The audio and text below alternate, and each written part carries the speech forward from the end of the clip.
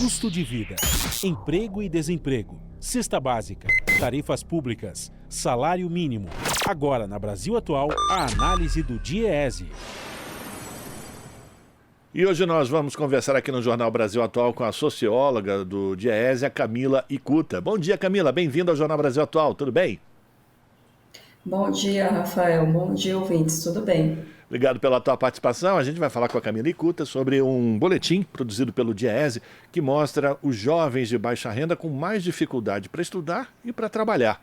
Cerca de 15% dos jovens de 15 a 29 anos, que correspondem a cerca de 7 milhões e meio de pessoas, não frequentavam a escola formal, não trabalhavam e não estavam procurando trabalho no ano passado. Camila, como é que a gente avalia essa situação? Esses são chamados neném ou esse título também não é muito correto da gente tentar classificar esses jovens? Pois é, Rafael. O estudo do DIEESE, ele traz uma perspectiva sobre essa juventude, né, que hoje está ou estudando, né, ou está no momento aí que é chamado de transição escola-trabalho, né, que é um momento que se passa aí da predominância dos estudos para um momento que esses jovens vão procurar uma ocupação, vão entrar no mercado de trabalho e depois efetivamente aí mais perto da fase adulta, né, já tem uma predominância do trabalho.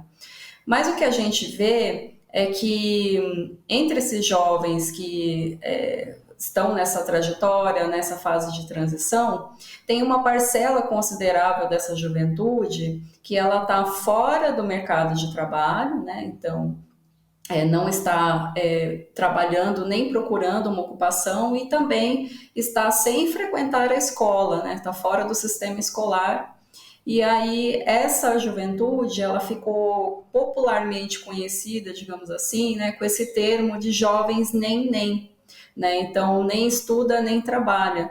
E aí é justamente como você disse, né, esse termo não é considerado, digamos assim, apropriado ou suficiente para explicar essa situação desses jovens. Isso não é só o DIEESE que falou, diversos estudos têm falado isso também, né, que esse termo ele não é apropriado porque existem jovens nessa situação que eles não estão estudando nem trabalhando, mas eles estão procurando trabalho e não encontram, né? Então, essa é uma situação muitas vezes transitória, né? Tem o fato do jovem ele entrar num trabalho e aí ser um trabalho, a gente sabe que a inserção dos jovens são impostos de trabalho de baixa qualidade, né? Então, esse jovem ele entra, trabalha e aí ele sai ou é demitido, né? Porque o posto de trabalho é muito ruim, né? Com baixa renda, longas jornadas, muita rotatividade.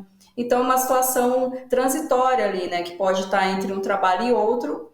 Ou então são jovens que foram empurrados para fora do mercado de trabalho e também empurrados para fora da escola, muitas vezes por ter que desempenhar outras atividades.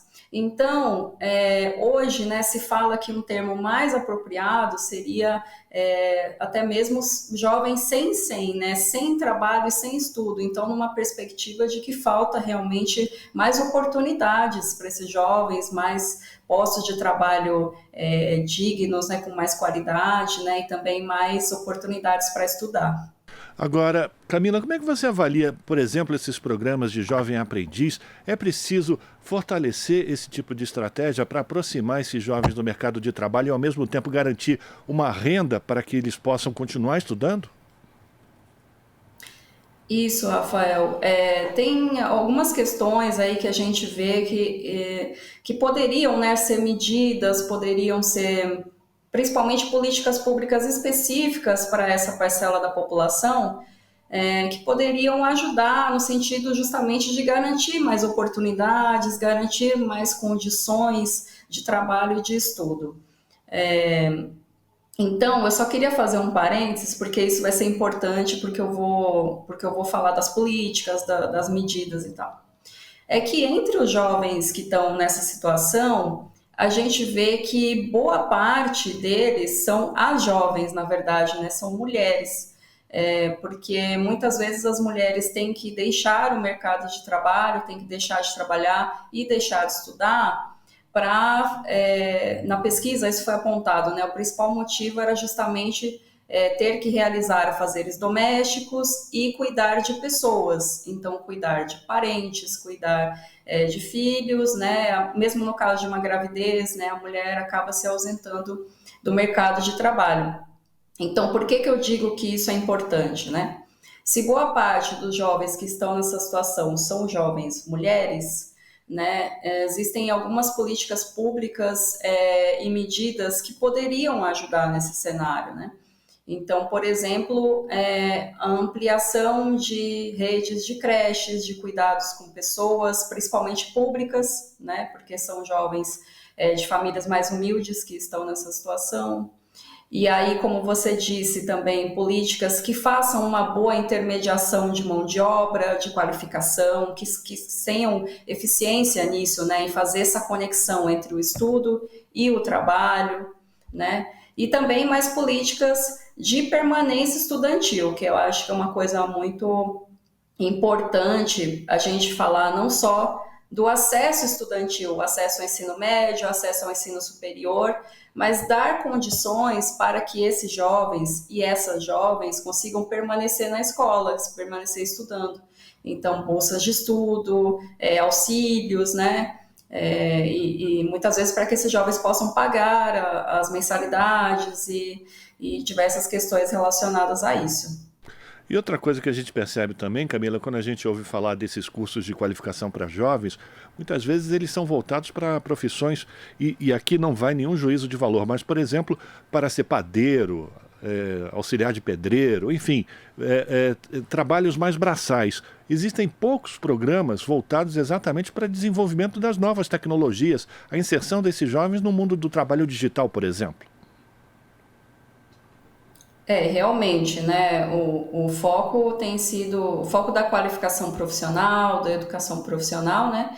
Tem sido justamente os cursos de qualificação, né? Que exigem uma menor qualificação, e os cursos técnicos de ensino médio, né? De algumas ocupações ali de nível médio, né? Algumas delas ainda relacionadas com a indústria, com tecnologia, mas de maneira bastante incipiente, digamos assim, né? Ainda precisamos avançar não só nessa oferta desses cursos de educação profissional, mas também diversificar, né, o leque do tipo de curso que é realizado, né? Mais uma coisa que eu acho que é importante nessa discussão não é apenas prover a qualificação profissional, a educação profissional, mas que exista uma boa intermediação entre esses cursos e as empresas, né? Que isso falta realmente, né? Ter que essa trajetória ela consiga ser bem sucedida quando o jovem entra num curso desses e ele possa realmente ingressar no mercado de trabalho. Então falta aí essa conexão, né? Um sistema aí que faça essa mediação. Agora, Camila, nos últimos anos a gente vem assistindo uma desregulamentação do mercado de trabalho, enfim, os trabalhadores por conta própria. Como é que você avalia, a partir de agora, com a entrada do governo Lula, essa situação? Você acha que é possível reverter esse quadro enfim, de desregulamentação total, de salve-se quem puder, cada um por si no mercado de trabalho? Bom, Rafael, existe um cenário que está colocado aí, né, que inclusive afeta sobremaneira os jovens, né, e grupos que estão mais vulneráveis, né, no mercado de trabalho, que é um cenário que vem já de tempos, né, como nós sabemos. Então, a própria proposta da reforma trabalhista, né, depois de um golpe, né, que nós tivemos, a proposta da reforma trabalhista, ela já veio ali precarizando os contratos de trabalho, permitindo novas formas de contratação, e para quem está ingressando no mercado de trabalho, como é o caso dos jovens, são muito afetados por essas novas formas de contratação, de flexibilização e de desregulamentação, como você falou. E a gente vem numa esteira de outras políticas, outras iniciativas, né, outras legislações que colocaram também outros contratos de trabalho precário. Então, a perspectiva é que existam, né, políticas, principalmente para os jovens, que pensem não só na contratação rápida, na contratação flexível, na contratação com rendimentos baixos e jornadas longas, que mudem realmente a qualidade do emprego para o jovem, né? Para a qualidade do emprego para todos, né? Mas também para essa parcela da população que está entrando no mercado de trabalho. Então, existe sim a perspectiva de políticas que pensem realmente, né, que revertam um pouco esse quadro de precarização no mercado de trabalho. Agradecer a participação da Camila Ikuta, que é socióloga do DIEESE, falando de um estudo realizado pelo Departamento Intersindical de Estatísticas Socioeconômicas, o DIEESE, sobre jovens de baixa renda que têm mais dificuldade para estudar e trabalhar. Camila, muito obrigado pela tua participação, um abraço para você, a gente volta a manter contato, até uma próxima. Ok, obrigada, Rafael, um abraço. Conversamos com Camila Ikuta aqui no Jornal Brasil Atual. Estamos apresentando Jornal Brasil Atual. As notícias que os outros não dão.